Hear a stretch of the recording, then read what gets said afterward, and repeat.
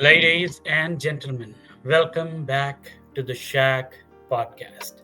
I'm your host, SHAQ, and today we are diving into yet another billion-dollar headline that's reshaping the very foundation of technology, work, and humanity. But first, if you tuned in yesterday, you witnessed something special. Kevin Gaylord, join us to break down the $17 billion SpaceX EchoStar Spectrum deal and the way he simplified that complex corporate move into clear human impacting insight was absolutely phenomenal. Kevin turned billions into stories of innovation, opportunity, and connection. And today is back to do that again.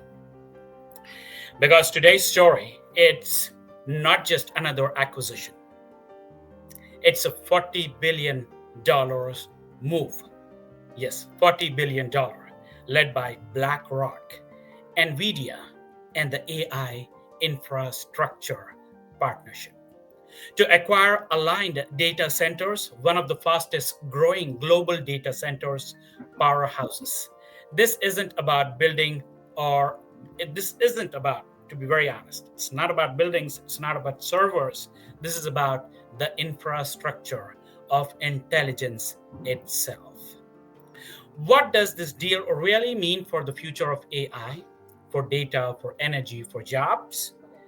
And for the very ecosystem of digital life that powers our world. To decode it all, there is no one better than the man who makes billion-dollar stories sound like conversation over coffee, Kevin Gale. Kevin, welcome back. It's an honor to have you again. The way you broke down the SpaceX Spectrum buyout yesterday, it was like watching corporate strategy meet human storytelling.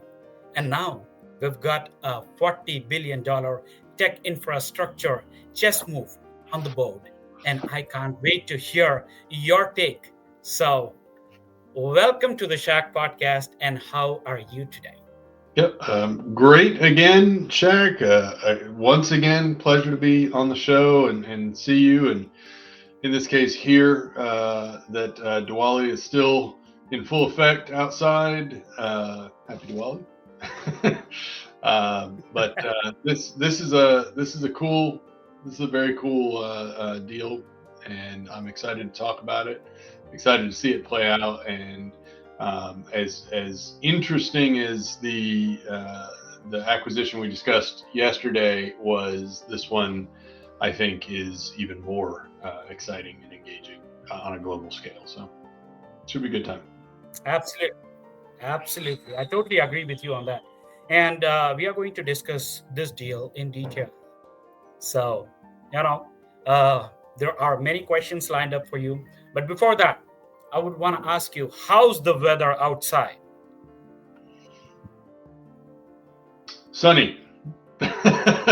Now it's actually lovely. This is probably the best time of year weather-wise where I am in North Carolina in the United States. It's today is warmer than the rest of the week. It's in the supposed to get up to the mid 70s. I think it's probably about 60 degrees right now. Sunny, really lovely. So how is it there? Of course, it's much. You're in the middle I of the may night. say in India, it's raining. It's Oh, is it? raining. But but it's a good day. It's a good sunny day and a great day to be on the Shack podcast. So thank you so much again for you being uh, the very spirit of billion-dollar deals. Thank you so much for explaining it all. So, Kevin, before we start the session, I want to engage my audience. Uh, Guys, if you're listening this live, just go ahead and put your name and the place you're listening from. And if you've got any questions, if you want to understand these complex things, just type in your questions in the comments, and I'm going to put them across to Kevin uh, uh, uh, and he would be happy to answer them all. I have eyes on the comments here on all the platforms: YouTube, Facebook, and LinkedIn. So please go ahead and type in your questions, and we would be happy to answer them all. And also today we are going to break this complex deal into very interesting and very enjoyable insights. So stay with us till the last. So moving forward, Kevin, uh, you know, let's start with the big picture. Let's dive into the session, and let's start with the big picture. What's really driving this BlackRock NVIDIA partnership to invest $40 billion into aligned data centers? What does it tell us about the race to own the infrastructure behind artificial intelligence? So let's start with this two questions. The first question would be, what's really driving this BlackRock NVIDIA partnership to invest $40 billion into aligned data centers? Sure. So, what's driving it? Well, I mean, these questions overlap, Shaq. It's this is a solidification of AI and the marketplace, and where it's going to be and where it is moving forward. This is a $40 billion statement of AI is here to stay. And the reason I say it's a statement is that's the gamble. So unlike the $17 billion acquisition we discussed yesterday, where I said repeatedly there's nothing but upside, there is some element of risk here. Now, my opinion, the risk is exceptionally low, and I think that there's almost certainly, just it's a brilliant expense. So what we're basically saying is the belief is AI is not going anywhere. That it is the future of the way we do business. It is a infrastructure baseline on how we operate globally. So this $40 billion play is saying, well, if this is here to stay and we believe it's here to stay, we want the infrastructure. And what's fascinating about that is, and I want to compare to this. I won't go on too long about this, but if you look back in time, and I'm speaking specifically in the United States, but if we look back, Standard Oil. So you've heard of Rockefeller, right? One of the at the time, I think the richest man in the world, and everybody knows him from Standard Oil. But where he actually made his money, essentially, was on the infrastructure behind it. So it became not just about oil. It's not like he invented oil, right? He controlled how oil moves, how it was refined, how it reached people. And that became the undercurrent of this extreme wealth at the time. So when we're talking about, okay, AI, there's a lot of energy involved. There is infrastructure expense, but nobody more or less has really cornered that market. Well, this company that's getting acquired. So this is Align Data Centers. I mean, they've got over 50 locations. It's meaningful. We're at 5 gigawatts, I think we said, of capacity today, and this is a statement by some of the biggest players out there that they want to, much like Rockefeller, that they want to actually take on how these things are managed. Because if we look, it's actually really interesting timing. It's been a big thing in the news in the last 30 hours or so, is that Amazon, their platform AWS, their hosting platform AWS, which is huge, right? I mean, it's the vast majority of the world's using this. AWS went dark for several hours, and now they're kind of scrambling to explain what happened. Well, that's exactly what we're talking about here, is not relying on external components to support your platform, but rather owning those components. So this is a game changer for this investment group. This is a game changer in positioning them for the long-term run of AI globally. And so again, I would say the only risk here is that AI in some way doesn't continue to evolve and matter. And I think that anybody that's paid any leg of attention in the last 2 years would say that's just silly. It's obviously here to stay. So I think this is it's a bit of a masterstroke actually. $40 billion, and big players like Microsoft and Nvidia and BlackRock. Say these are very different companies from each other. One is into Microsoft into software, and I think BlackRock is in. I'm not sure. BlackRock is in power generation. I think electricity. Yeah, BlackRock I think is a software company actually, but while we're talking, I'll verify that. So you go right ahead.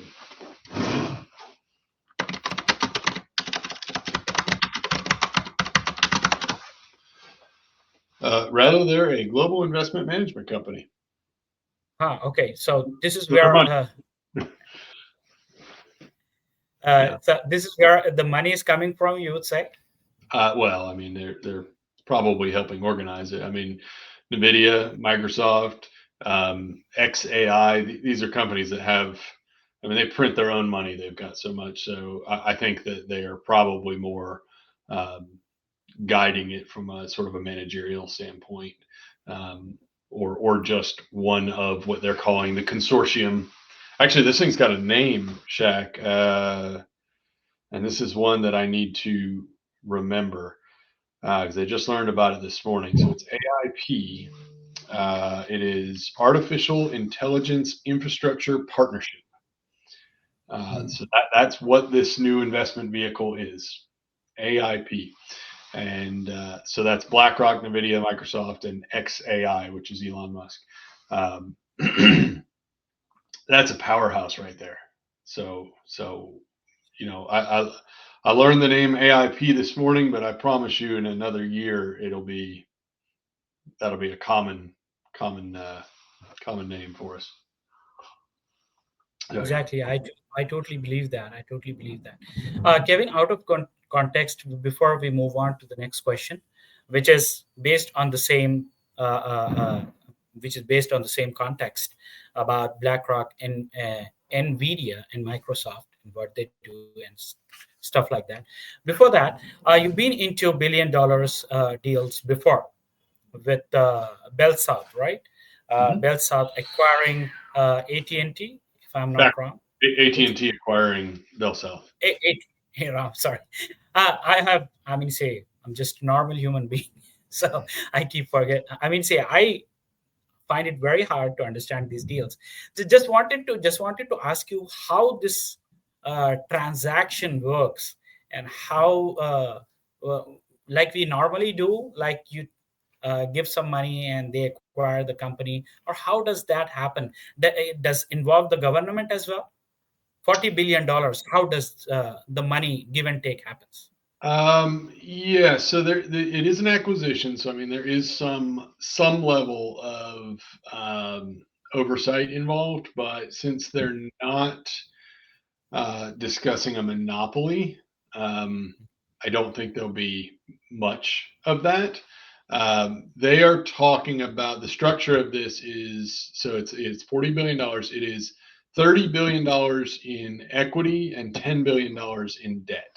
And as we've talked about on the last couple of shows, I tend to hone in on that debt piece because that's what's got to be managed quickly and aggressively.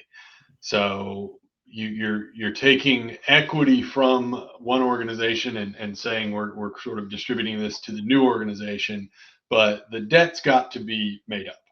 So that's got to be returned. The equity's out there until they decide to sell, if they ever decide to sell. But that debt has to be managed. So in the deal we talked about yesterday, I think they picked up $2 billion in debt. The deal we talked about last week, it was much more substantial. That was a bigger deal. It was 55 billion, and I don't recall, but it was much more substantial amount of debt. But this is $10 billion in debt, and that's got to be addressed once this is done. And that will be. I don't think they're going to have a whole lot of difficulty doing that with the growth rate around AI. And I think this is a little bit of that sort of. I mean, they're it's sort of taking control of this very popular sort of drug that businesses want and need right now. So there will be they will be taking control and have some power in negotiation, in what they charge for these things. There's any number of ways they can look at it. I doubt, however, that they're honing in on recouping that 10 billion right away. I think they're probably looking more at let's make sure we control the infrastructure of this thing that everybody needs and wants, and then everybody relies on us, and now we hold all the cards. So I like that it is a consortium, uh, and I think that we are talking about, again, a real true powerhouse here when it's all said and done. Um, which is interesting. So I'm going to shift for 1 second because there was one thing I forgot to mention before when you talked about oversight or well, just red tape. So uh, there are some other interesting players that are sort of wrapped up in this consortium that are not the dominant name. So we've talked about BlackRock, NVIDIA, Microsoft, and XAI. But there's MGX out of Abu Dhabi. There's the Kuwait Investment Authority. Um, Exactly. there is, if I recall, there is a Saudi Arabian aspect of this. I don't recall who. Um, Apologies, I don't have robust notes in front of me here, but so there are some interesting smaller partners here that could make this one of those things that gets looked at a little closer. Although in the current state of things um, in the U.S., I'm not sure that they'll have any real challenge moving forward, regardless of who the players are. Yeah, I totally. It's. I mean, see, I totally forgot to mention about the Kuwait and many other Arab nations have been investing crazy into the U.S. market and into the U.S. economy. Well, Arabs have, they've got a fortune. So they do invest in US because it's a safe investment for them. They will get huge returns. So yes, Abu Dhabi is that is Dubai. I think that is the state of Dubai. Abu Dhabi is the complete state, in Dubai being the capital of Abu Dhabi. So they are also a player. They are also investors into this deal. I totally forgot to mention that.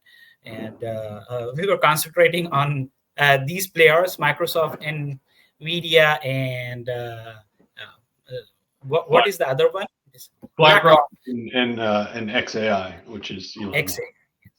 Exactly. So yes, I forgot to mention that. Thank you so much for letting us know that point as well. Quickly moving on to the next question, which I have for you, which is based on the same context. So the question here is, which I've written down for you. We have a BlackRock, Nvidia, Microsoft, and others joining forces. Finance, hardware, and cloud power. Finance for BlackRock, Nvidia hardware, and cloud power. That is Microsoft Azure. I think Microsoft, which is the same thing under one umbrella. What does this alliance tells us about the lines between tech and finance are blurring? Well, I would actually argue that that's not a new thing. I think those lines blurred many years ago, decades ago. And maybe over the last 20 years has become a little more blatant in that approach. You know, if we go back, you know, I like that we took a second and talked about Standard Oil, because you know at a certain point about 100 years ago that was the biggest business in the world.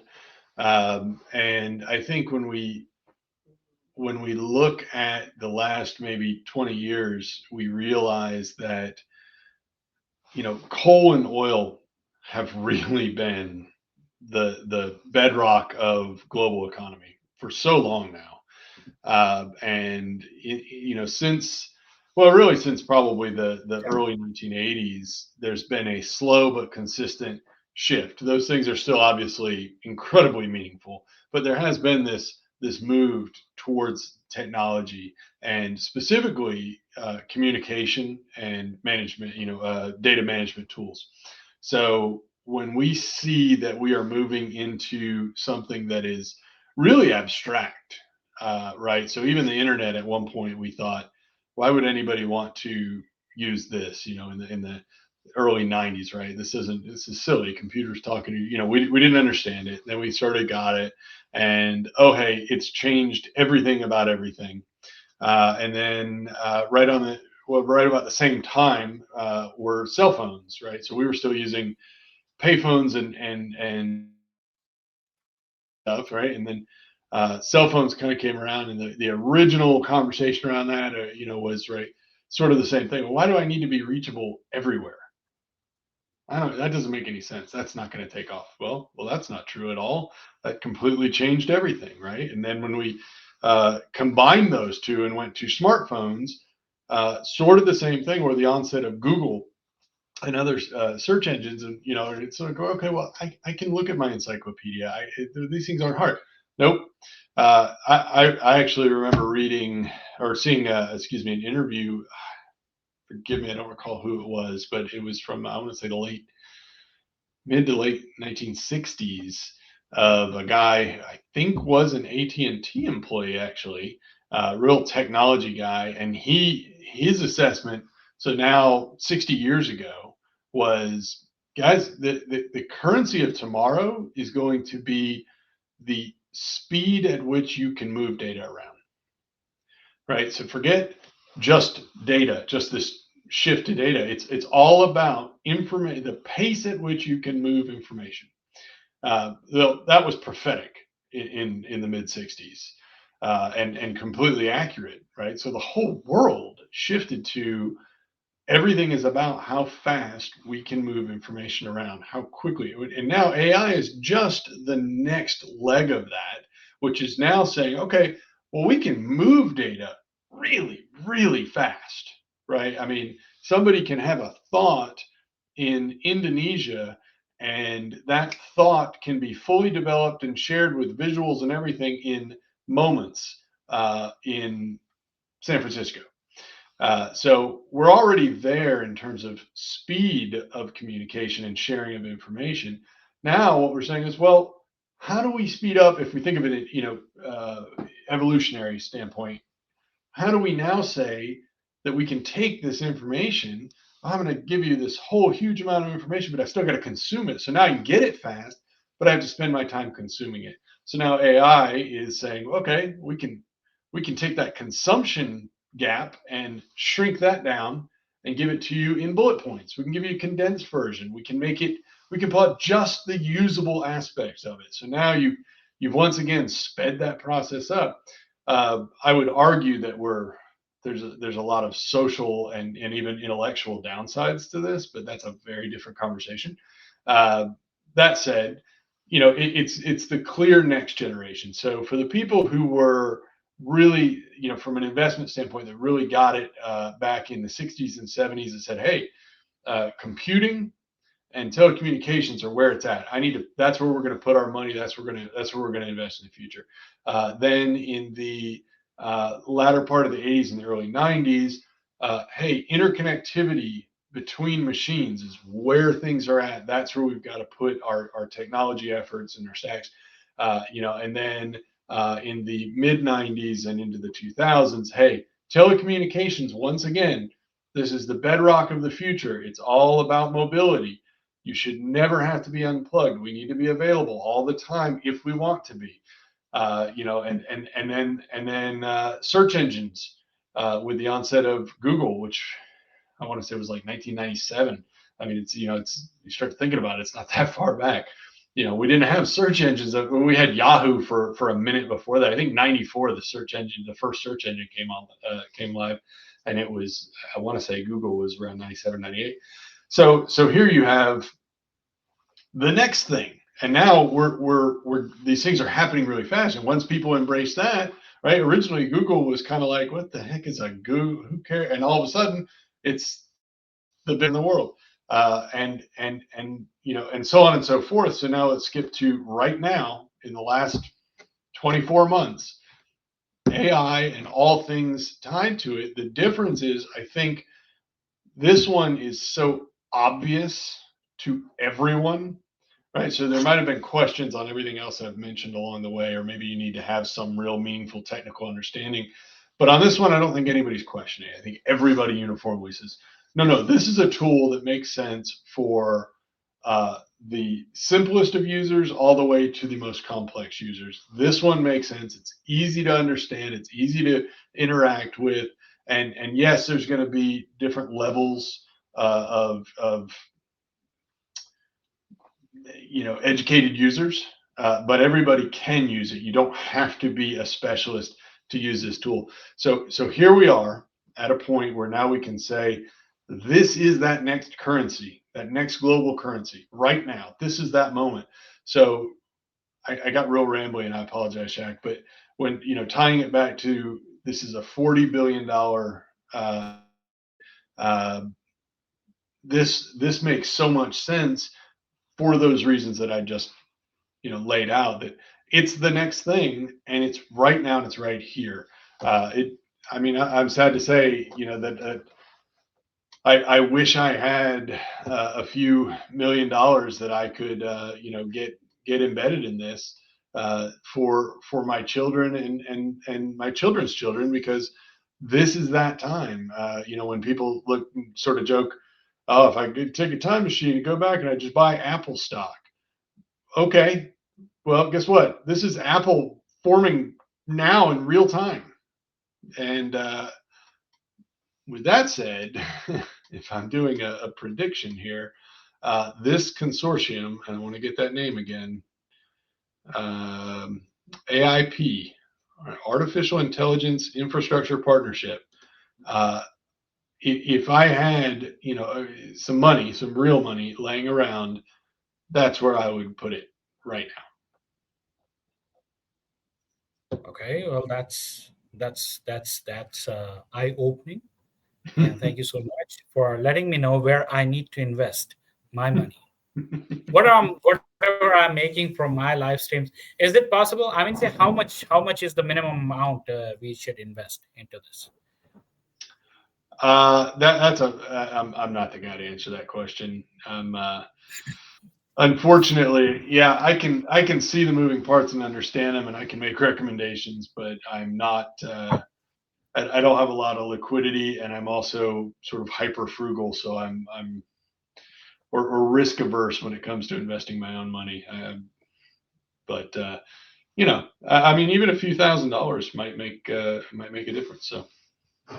Oh, well, that's easy then. That's easy for me.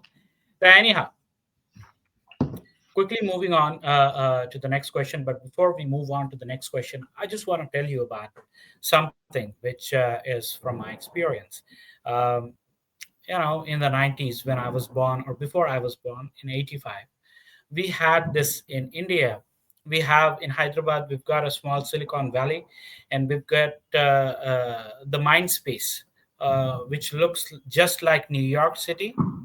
It's just a replica of New York City. They are, and nobody, as you have said, that nobody thought that there will be a high tech city and there will be a boom in the software industry like this before.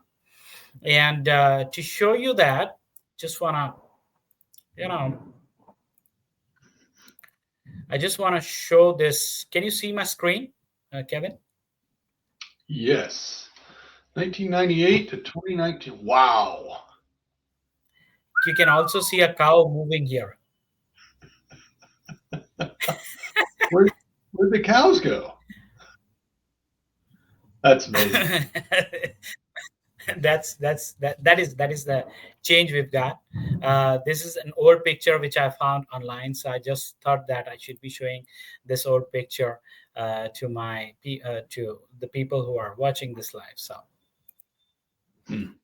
you know, I mean, say things have really, really changed here in India, and it has changed all over the world. Before the Great Recession, 2008, and this is important. I was very, very small, just 14 to 15 years, and I never knew about this Great Recession. I also want you to speak on what was the Great Recession and how it happened. And before that, the computer industry was booming like anything. Everyone wanted to be an engineer, a software engineer. I mean, they still prefer computer science, but not that much because AI is booming right now. But back then, it was totally crazy out there. If you want to be a millionaire in India or anywhere else in the world, then you need to have that technology degree in computer science. And they have made a very good amount of money. They could retire with a very large amount of money. People who were working from the past 30 years, that is from 1990, people who have migrated. Well, things are different right now. We have to pay around $100,000 to just to move to US now. But back then it was very easy. It was very easy, and we used to move there, and we Indians, the Indian community, made our lives good, and we worked hard, and we got those degrees. We worked hard, we earned for ourselves, made a good living out of it. But Kevin, before we move to the next question, could you please, I mean, say, if I'm not bothering you much about with this question, do you can you tell me about this Great Recession which happened in 2008 and do you think that Great Recession, I mean, say, do you think that we are on a verge of a recession again in the coming days? So I would say that there are recessions, and then there was 2008 and 2009. So we called it the Great Recession as a throwback to the Great Depression of the late 1920s, when global economies collapsed. In 2008, what we had was a housing market bubble. So properties, and it had global impacts, but it was really built out of the United States. Properties in the United States were being uh, one, they were not being valued appropriately, but two, the mortgage, it was really all about the mortgage market. So the loans from the banking systems and so on, to buy these houses were being given out. One, they were being given out sort of willy nilly to people who should not be receiving them. I mean, it was one of these things where everybody just got really overconfident and didn't worry about it. Two, they were giving out at that time what was called an adjustable rate mortgage loan, which was typically you got a really, really, really low mortgage rate for the first 5 years of your loan, and then it jumped to whatever figure they wanted it to be after 5 years. So for 5 years, you're paying a mortgage of, let's say you've got a $250,000 house and you're paying a mortgage of, $700 a month, and you're feeling great about it. And at month 61, your mortgage rate goes up to $4,000 a month. And that created this bubble because it was a time bomb, right? As these things were going to explode. Couple that with the fact that the way they were bonding these, so you were actually betting in favor of the quality of the mortgage market in the United States from an investment standpoint.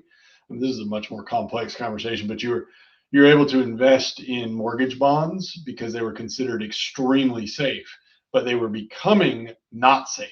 That's the bubble. That's the fake thing. So people are confident putting hundreds of millions of dollars into the mortgage bond market because it was always considered, hey, you know what? It's slow moving. You're not going to make a lot of money on it, but you'll never lose your money in this. And unfortunately, because the quality of those mortgage bonds was depreciating rapidly through these adjustable rate mortgages, as they started to hit, as that 61st month started to hit, people would default. They couldn't pay it. I can give you $700 a month. I can't give you $4,000 a month. So they just stopped paying. So the bank had to take these properties back. Those mortgages default. All those bonds started to fail. And once the dominoes started to fall, the banks virtually collapsed, and that happened globally because when we get into the global market, these banking systems are intertwined, these investment systems are intertwined. So even though the properties were in the United States, the financial impact was much broader. And there was a minute where it looked like the United States, as well as the entire world economy, was going to collapse. So that was in, again, 2008 and 2009. What ended up happening is a lot of countries did a lot of things, but the United States, the government did a bailout of these institutions and provided the funds to survive or weather the storm. And some of those monies had to be paid back, some didn't. And this was controversial. Obviously, if you're going to spend trillions of dollars, everybody's going to have something to say. But my opinion is, it was what we had to do at the time to survive it, and it probably saved a lot of countries from total collapse. So that's the Great Recession. It was about a housing bubble. Now, where we are today, are we looking at another recession?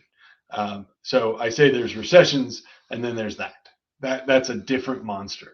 A regular, more boilerplate recession, which you see those every, I don't know, 20 years or something. You know, it sure feels like it. I don't know, SHAQ, and I may not even be the best person to answer that question.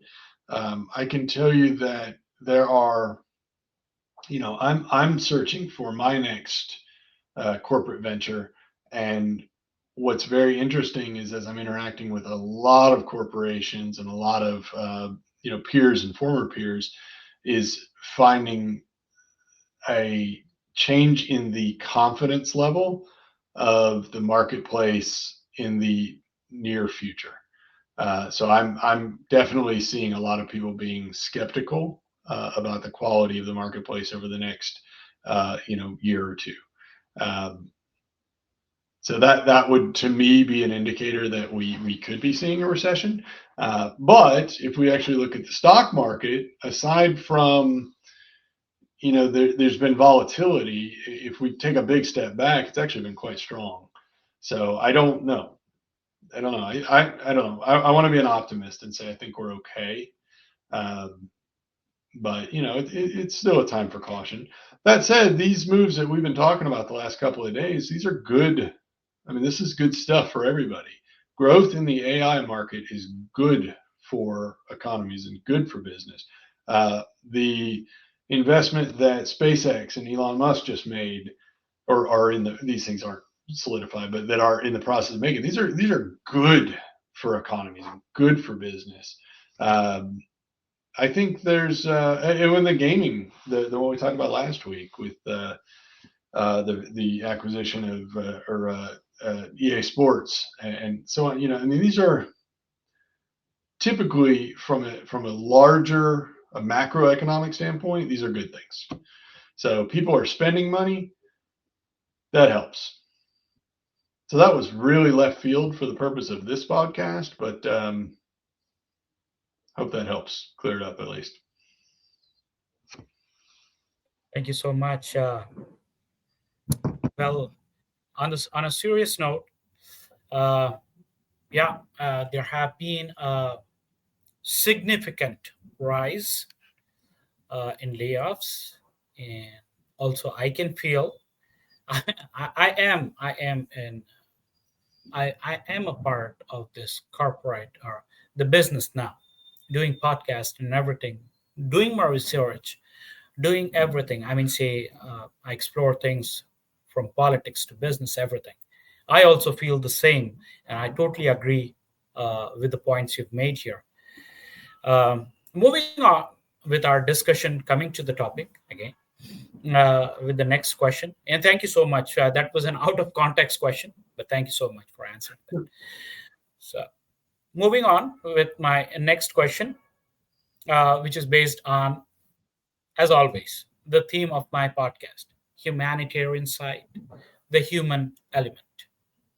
So, Kevin, one thing you do brilliantly is connect the human dots behind big numbers. How could this deal impact workers, engineers, innovators on the ground? Uh, to rephrase the question or ask you, whole in whole, does this deal is going to create more employment opportunities for people all around the globe? Short term, I would say no. Long term, I would say yes. So short term, I think this is about let's grab this thing while we can before anybody else sort of figures it out, and then we've got it. How aggressively they expand on it from an infrastructure standpoint, I couldn't begin to speak to that because I don't know what the needs are. I know that this this business that they're purchasing again, what's the aligned data centers? They're quite large, and I'm assuming that they are adequately large. But I mean, if they need to grow it, then that could translate to new jobs in the hundreds to thousands range, maybe. But I would guess it's more about let's go ahead and get it under our umbrella now, and have it, in the fold. I don't think it's going to be a big change. Um, I don't think you're going to see a lot of job losses or gains out of this initially. Long term is you're creating sort of this AI powerhouse, and I think that could translate to a lot of jobs, a lot of opportunities as the this new consortium grows and expands their footprint and their creativity, and then if they do well and all the money that comes with that, and that tends to create more growth, and I think it could absolutely over the next couple of years translate to possibly even meaningful job growth. um, I just don't think you're going to see a lot of change in the near term. Okay. Oh, well, that's um, good to know that it's going to create some jobs in the coming future, but not right now, is what you're saying. That would be my best guess. Yeah. Okay. Uh, I mean, say, if in case, uh, I mean, say, do you think that we have the need to upskill ourselves? We need to invest more time and money in learning AI skills. To be very honest, should we prepare ourselves for the future, learning AI? Absolutely. And, some of this depends on where you are in your career and what your goals are, and but absolutely. So I have a good friend and colleague. We were on the executive team together for almost a decade, and he has taken on, just in the last few months. He started going to MIT classes for AI, um, and he is 55 years old, but he is looking at it as, you know there's no scenario where I can't be a master of this moving forward and still, add add add the value that will compensate me in the way that I want to be compensated. So he's been going through this, and I think he's just a few weeks away from graduating that. And what's interesting on a personal note is he's going to take that talent. He's already very, very talented, but that knowledge, and incorporate it in with the Ops Sherpa consulting as well. So he's gonna head up the AI arm of that while we're playing around with that consulting business. But yeah, it's my point is, even at 55 years old, he's it's nope, you've got to get cutting edge on this because it is the future. One of the things that's been very interesting that he's shared with me through this is the uh, the criticality of what they're calling prompt engineering. So as we use AI, it's the secret sauce in AI is how you ask it what you want to do, right? So there's very big difference between, say, generate. Let's just say generate an image of a dog versus generate an image of a dog that is, X size, that is emblematic of this, that's this color, blah blah blah blah. And how do you do that? That prompt engineering. How do you do that in a way that's going to get the highest quality level of return, ideally with the least amount of effort and lift to get there?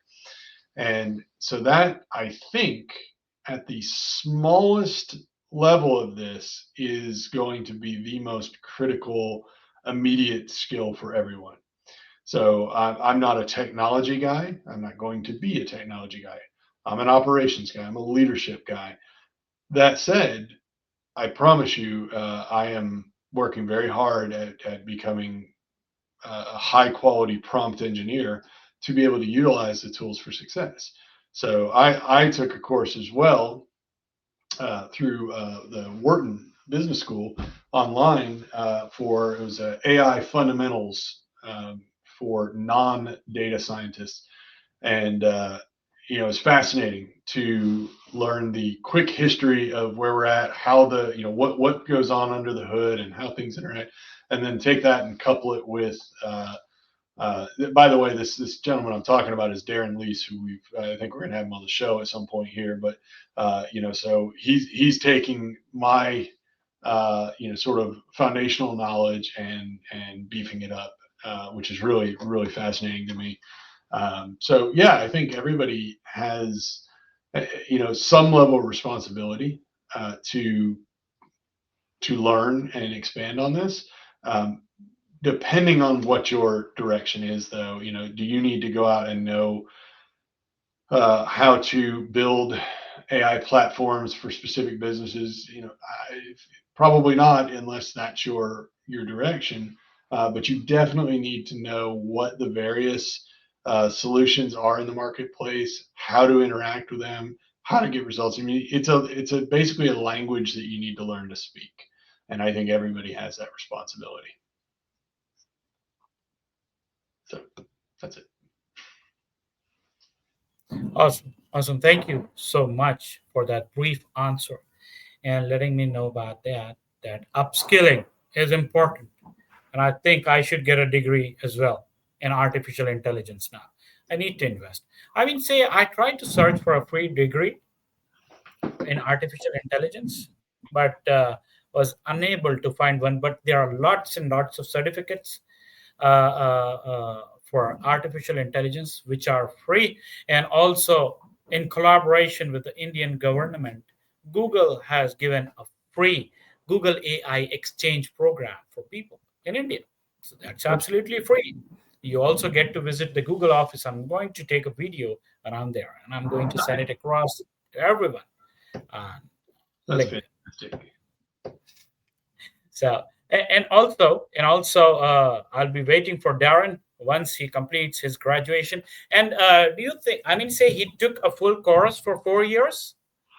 No, no. This was a standalone course.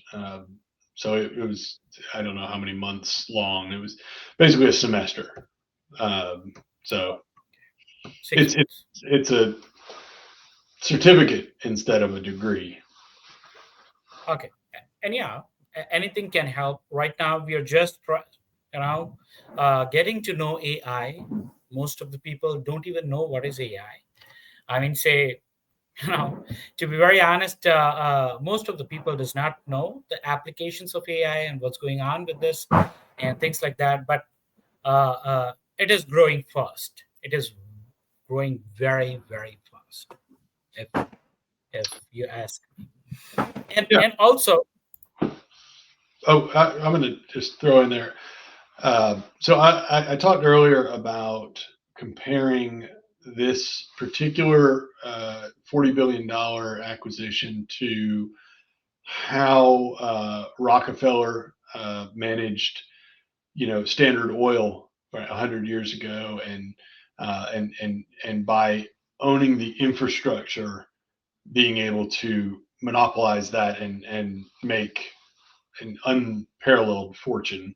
Um, I wanted to also juxtapose. We talked a little bit yesterday about the Bell system, Bell operating systems in the United States and globally, and I used to operate in that world, and so I know quite a bit about that. And if we look at that, and AT&T, which was the first Bell operating company, which was a American Telegraph and Telephone, is what AT&T stands for. So um, what they did that made them so special, other than obviously the belief in the future of the product, which is what we're seeing today with AI, is they got the wires run.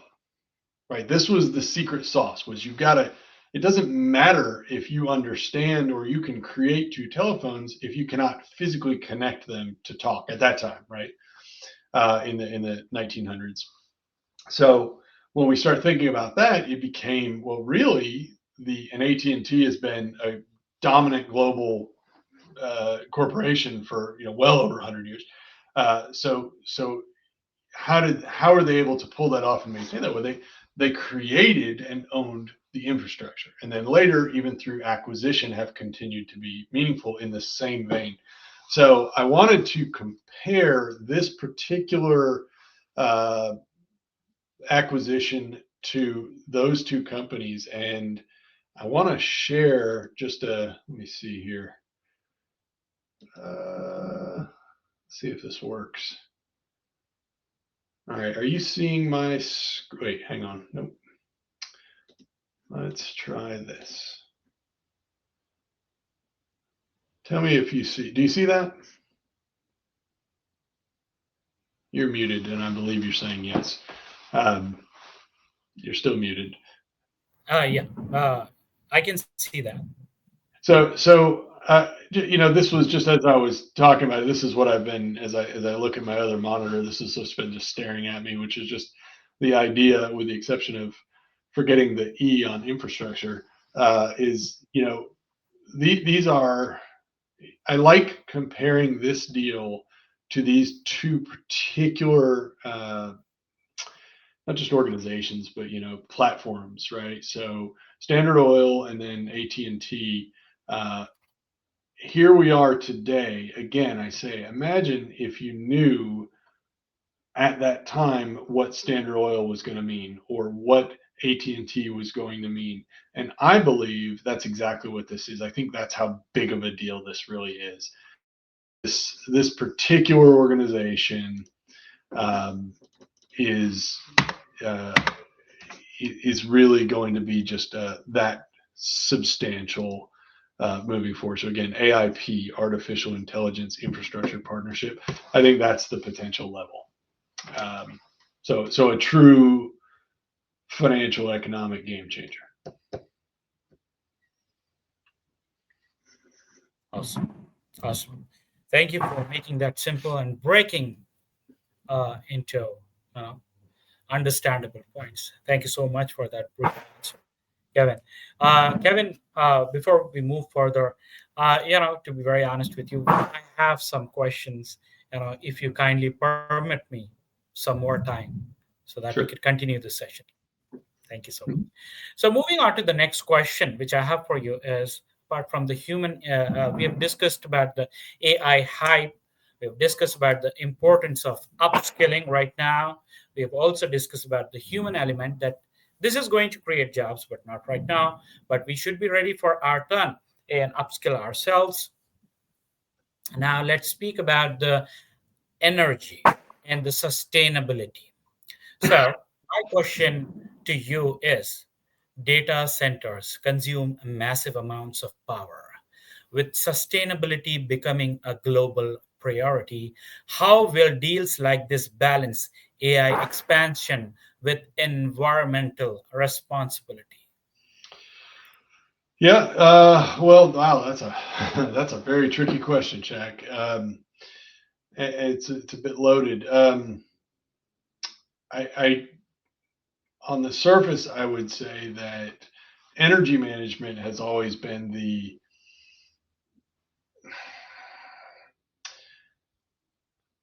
I mean, there are two things in history that have caused the majority of wars, and that is religion and energy management.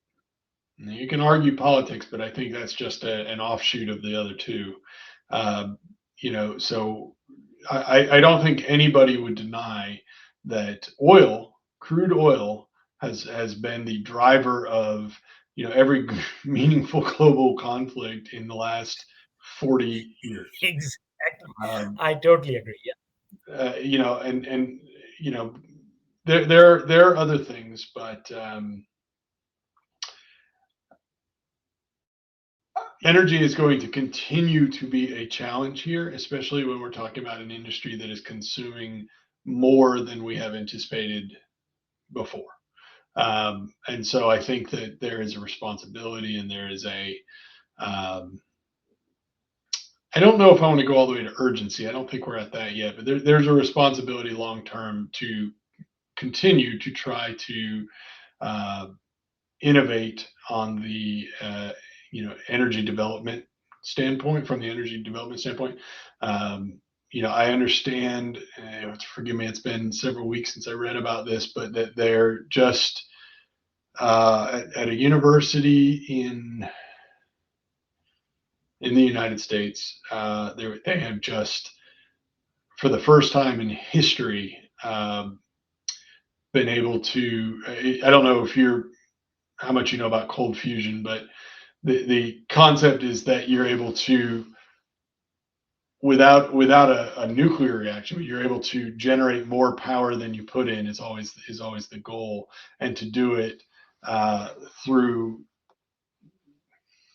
a safe uh, a safe version, I guess. Of I'm not going to explain this well at all, but anyway, they've always people have been trying this because this is basically the answer to like free energy, right? So this is the solution to half the wars ever here. And there's a university just a couple of months ago that was, for the first time, they were able to produce more energy than they put in. Uh, Now, this was on a tiny scale, right? I mean, itty bitty, but it did occur. So now, if you can ramp that up, and this is me being optimistic and hopeful, if you ramp that up and we can get into a world where we have a cold fusion solution for energy creation, then all of these problems go away. That's a little bit of an offshoot. There's obviously the renewables. I know that solar has been growing and growing and growing, and there's even some new technology on that front. One of the big challenges on the solar side is that the infrastructure is expensive to get going, and once you've got it, it can pay for itself over time, but it's a long term commitment. There's been some development on that front where they're able to uh, create that those solar panels much less expensive and less heavy, and that if that continues, I think you're going to be able to expand greatly on solar power. I know uh, in some places in the Middle East and Northern Africa, there have been development of large scale, in these large desert areas, large scale solar farms that are going on that are creating massive amounts of electricity. I'm basically saying all these things, these innovations and some out of the box thinking, this stuff has to continue um, before we reach any kind of a tipping point, where we're going to be in trouble. That said, this particular acquisition is definitely very smart on that front because these 50 plus data centers are set up for their level of consumption already. So this is again a very very smart play versus trying to build something out and then finding out you have challenges, with your electricity needs and so on and so forth. So I feel like I answered your question somewhere in there, Shaq. Now, you did answer my question. And thank you so much for that brief answer, Kevin. To be very honest with you, normal person like me would think that if you uh, have more data centers, you wouldn't have electricity for your domestic use in your homes. I mean, say it's going to disrupt the power supply, or it's going to affect us in some way or the other. But thank you for briefly explaining what's what and what's going to happen. And I hope my audience and I did get the answer for that. Thank you for explaining that. Moving on quickly to the next question about the global ripple effect. Now, my question for you is, Kevin, Aligned has a presence across Americas. How might this acquisition shape the data center race globally, especially for emerging markets like India or Africa? Like India and Africa or any other nation like Indonesia. Yeah. So as I often say, as we've talked about, large acquisitions and equity infusions, they have a tendency to change behaviors in markets. And in this case, we're talking about the global marketplace. What I would, obviously it's just a guess. What I would guess is that you would take countries specific. India is a great example, but so various areas of Africa as well. Uh, but India is a fabulous example because India tends to pay attention to trends and either create them or at least jump on board quickly. And I think we've really seen that probably since the late 1980s and early 90s when India really made themselves a global player. Interestingly enough, India is now the most populated country in the world. So you can't overlook that. But I would guesstimate at this point that India will be watching this deal and looking to either partner with this consortium or take it on their own to start developing as many of these as they can, if nothing else, because they might say, hey, these guys just are buying for an exorbitant sum of money, are buying 50 data centers. Let's go build 5,000. And what are we worth now? So I think historically India acts very, very strongly on this front. I would expect them to do the same. Africa in general, it's a whole continent we're talking about, but is moving in that direction as well. Especially South Africa, I think, is really starting to take on a global footprint more than they have historically. So I wouldn't be shocked to see it happen there as well, probably on a smaller scale, but same concept. So yeah, I think it's probably coming. Awesome. Awesome. Thank you so much. Thank you so much. And I really like the fact that uh, you praised India so much. So thank you so much for that. And yes, we will have a keen eye on this deal. India would definitely have a close eye on this deal, and would want definitely want to partner into this deal. And also, to be very honest, I'll tell you one thing. Well, I run this show right now. I'm running this show remote, and I'm running the show from India, south of India, which is Hyderabad. And people who are viewers of my show here, uh, they are a big fan of your podcast. So they like you so much. They really love you. Yeah, Kevin. Kevin, do you speak Hindi by any chance?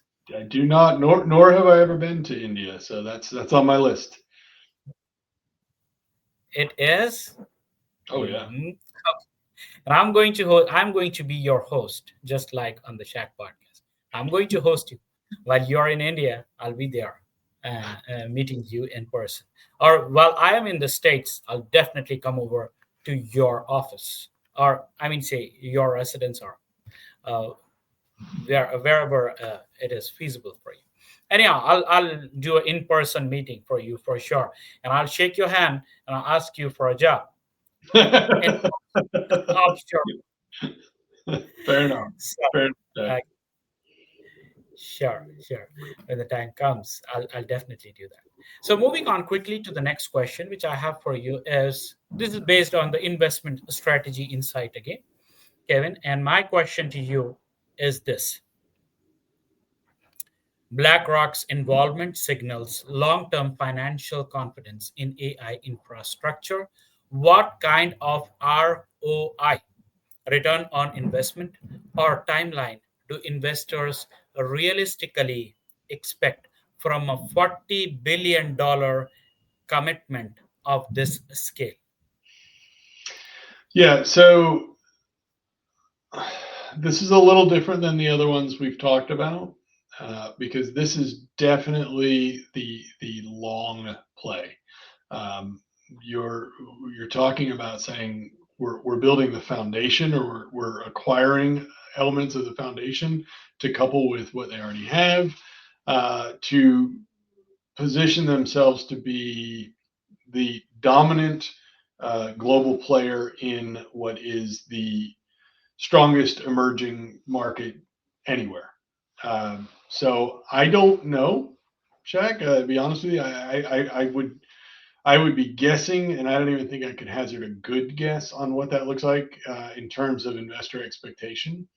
Um, it's definitely a long play. So I don't think this was a difficult decision to make, in spite of its size. It's a very smart play, but how fast they're looking on getting a return, that's very tough to say. I would guess that initially they want to resolve the $10 billion in debt that they've allocated out of the 40 billion. So I think step one is let's eliminate that $10 billion in debt, and then start growing the equity piece. But I couldn't even guess what their actual ROI timeline looks like. Okay, fair enough. I mean, say, yeah, it's very unpredictable, to be very honest. Uh, uh, it all depends on the stock market and stuff like that. So moving on quickly to the next question, which I have for you, and which is based on the NVIDIA factor. Okay, so NVIDIA has dominated AI chips. Now it's entering the data center ownership game. What does this shift mean for the company's long-term strategy and control over AI ecosystem? I think what's important for that company in particular, for Nvidia, is it makes them it changes them to being vertically integrated. So yeah, they're a chip company, but now they're a chip company, and then they have the computing and the hosting element that they haven't necessarily had in the past. So it's a very strong market expansion for them. I would say it's that's another company that it would be nice to have some stock in them. They're already solid, but now they're going to, with market expansion, they've opened the door from, yeah, we're a chip company to we're a lot of other things. We now we can do, again, they're sort of vertically integrated. Now they can take those chips and expand outward from there, where they haven't really been able to do that in the past.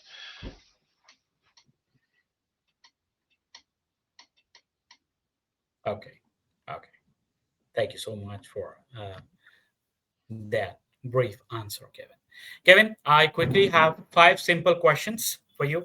If you permit me, I'll ask ask them. It's five more, five more. Okay, and they are very simple. I mean, say like it, you will find it very very simple. So five questions, and the first question which I have, which is a very simple question, which how soon can we expect to see the real impact of this deal? Are we talking months, years, or decades? Months to years. They're going to benefit from it immediately. But as far as visible impact, which would be pricing model changes, innovation changes, maybe further acquisitions, yeah, months to years, probably closer to years, but not decades. No, things will happen quickly. I would say 2026 will probably be a very exciting year on this front. Okay. The next question would be, if you were leading this acquisition or this deal, what is the one positive thing you would do, and what is the one negative thing you want to highlight in this deal? I'll take that in reverse order. I think the only negative is and we talked about this earlier, is a slight element of risk. And the question is there some version of an AI bubble? And I don't personally think that there is at this point. Now, could we get there? Oh yeah. But I think this helps avoid that I mean, there's so many AI companies now. I mean, there's really, if we look at the major players, there's only a couple, but um, I think this consolidates enough power that you're gonna have some very solid foundable organizations delivering AI, and I don't think there's a bubble danger there. In terms of upside, um, you know, was that the other part of the question? I've kind of lost it there. Yeah, you're muted. Uh, we spoke about the negative term. Now we'll speak about the positive. Yeah. Yeah. Well, it's kind of the same thing. I think that you end up with it's a little bit of the reason that people, in light of what happened this week, that so many people prefer to use AWS as a hosting platform, because it's safe, it's huge, it's got redundancy, it's very unlikely for them to have any downtime, again, in spite of what just happened. So there's a comfort and a consistency with that. What's happening with this model establishes basically the same thing. So we think of AWS as being this massive dominant player in the hosting space, and I think you kind of, that's the positive outlook, is you kind of end up with this new version of that in the AI computing space. Thank you so much for that answer, brief answer, Kevin. Thank you so much for explaining that in detail. And I totally agree with the points you laid out. Quickly to the next question. Do you think, with so many strong players involved into this deal, do you think that this is taking us to a monopoly kind of a situation here? So what do you have to say about that? I don't think so at this point. Um, no, I'm just going to say no. I don't think that there's a lot of jeopardy of that at this point. Um, Okay. you're not bringing together all the major players. You're bringing together a few of the major players here. Um, so no, I don't have any monopoly concerns. Okay. Okay. Next, second last question, which is going to be quickly on your to you. Mhm. Do you think this deal will make AI faster, cheaper, or more accessible to people and businesses? Yes, to all of those. I don't think we'll see that immediately, and I do think it will take some time. So there we might be talking. Let's. I'll go back to my statement of I think 2026 will probably be a very exciting year, and 2026, 2027, I think we'll see some changes as a byproduct of this because ultimately, when they work out all the kinks in integration here, it should reduce their overhead, which allows for some competition, which generally changes the overall marketplace to be better for everybody. Awesome. Awesome. Thank you so much for that answer as well. Now, last and final question, which is related to the world leaders and politics. If you if you want not to answer this question, you can you can choose to. So, finally, the question is finally, Kevin, if you had to look 5 to 10 years ahead, what does this deal symbolize? Is this the foundation of a new AI industrial era? And what lessons should smaller nations, startups, and leaders take from it? Yes, I absolutely think this is the. I don't think this particular deal is the start of it, but I think we are squarely in the middle of this new era of AI dominance globally in the marketplace. Um, and how does that translate out to smaller economies? Well, one of the things, and India is by far, I mean, it's not a small economy, that's a huge economy, but uh, I think it's a fair example to say recognizing that this is a global shift that is happening in real time and allocating the resources that you can to support this direction over the next 5-10 years, whatever it is really going to be not necessarily critical as much as there's an opportunistic advantage here. So like I said when we were talking about India a minute ago, you know I'm confident that India will be building out these data centers. It already has, obviously, a lot of data centers, but we'll follow this model to make sure that they're included. And I think smaller countries and emerging economies, um, it's very that's a tougher nut to crack because you need a lot of capital to get this done. But I'll use an example of um, uh, Bogota, Colombia. So Bogota, Colombia, not a incredibly wealthy area by any stretch. Um, Not a ton of business infrastructure. But one thing a couple of years ago that they started going after was business process outsourcing, so BPOs. And so they elected to start building out these contact centers and building out infrastructure to support this.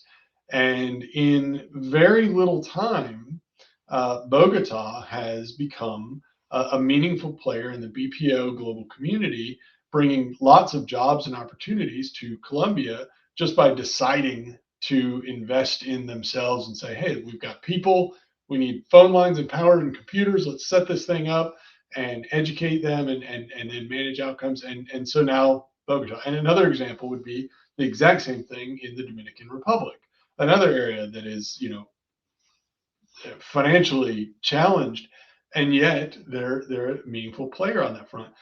More recently, South Africa has decided to kind of go after the BPO model and start making them themselves.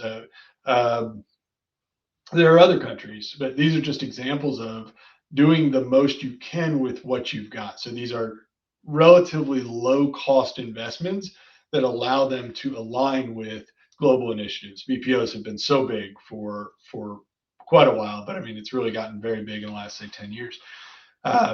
And I think that if you're an emerging economy, that's probably the approach you would have to take as well, is figure out what can you do to stay relevant and stay involved, versus doing nothing and sort of throwing your hands up in the air. I think there is a solution. Now, what is it? I don't have that answer. I'm just saying I think that's how they have to approach it.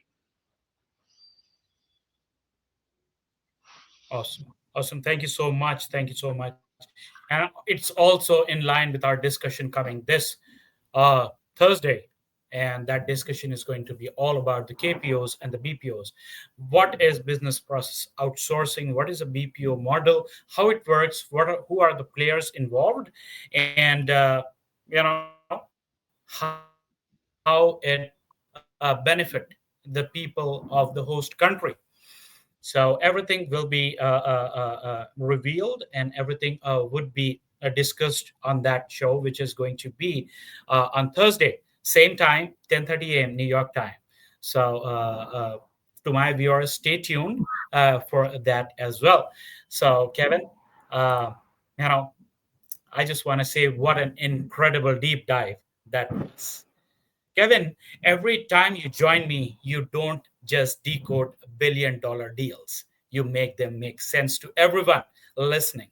You have this rare ability to take complex financial headlines and translate them into human stories that touch lives, shape industries, and inspire innovation. From SpaceX game changing Spectrum buy to today's monumental 40 billion alliance between BlackRock, NVIDIA, and aligned data centers, you have shown us how the future of work, technology, and humanity are truly being rewritten in real time. On behalf of our entire SHAQ podcast community, Kevin, thank you once again for sharing your brilliance, your time, and your heart with us. You make economics feel alive, and you remind us that behind every number, there's always a human story waiting to be told. To our listeners, if you enjoy this episode, don't forget to follow, share, and leave your thoughts in the comments. Let's keep the conversations going because the future is happening right now, and together we are here to understand it. This is Shaq signing off from the SHAQ podcast, where we read between the lines of billion-dollar deals and uncover the heartbeat behind every headline. Thank you all.